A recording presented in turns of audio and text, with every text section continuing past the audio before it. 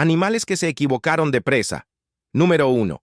Este tigre tenía hambre, la cara que se le queda al pobre al ver que se queda sin cena. Número 2. Un leopardo haciéndose el chulo en mitad de la montaña, una mala caída y adiós. Número 3. Esta hiena quería cazar a un antílope, pero de la misma manera que te rechaza una mujer acaba volando por los aires. Número 4. Otro leopardo intentado cazar aves. No aprenden nunca. Voló y yo volé de él allá por la arbolada.